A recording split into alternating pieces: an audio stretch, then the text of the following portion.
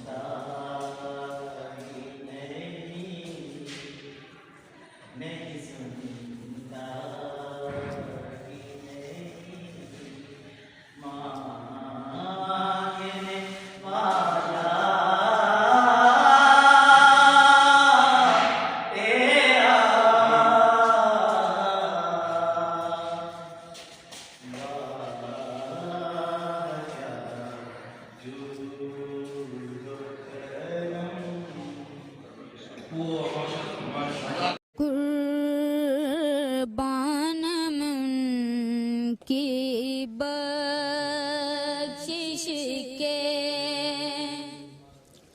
कुर्बान की बख्शिश के मकसद भी ज़बान पर आया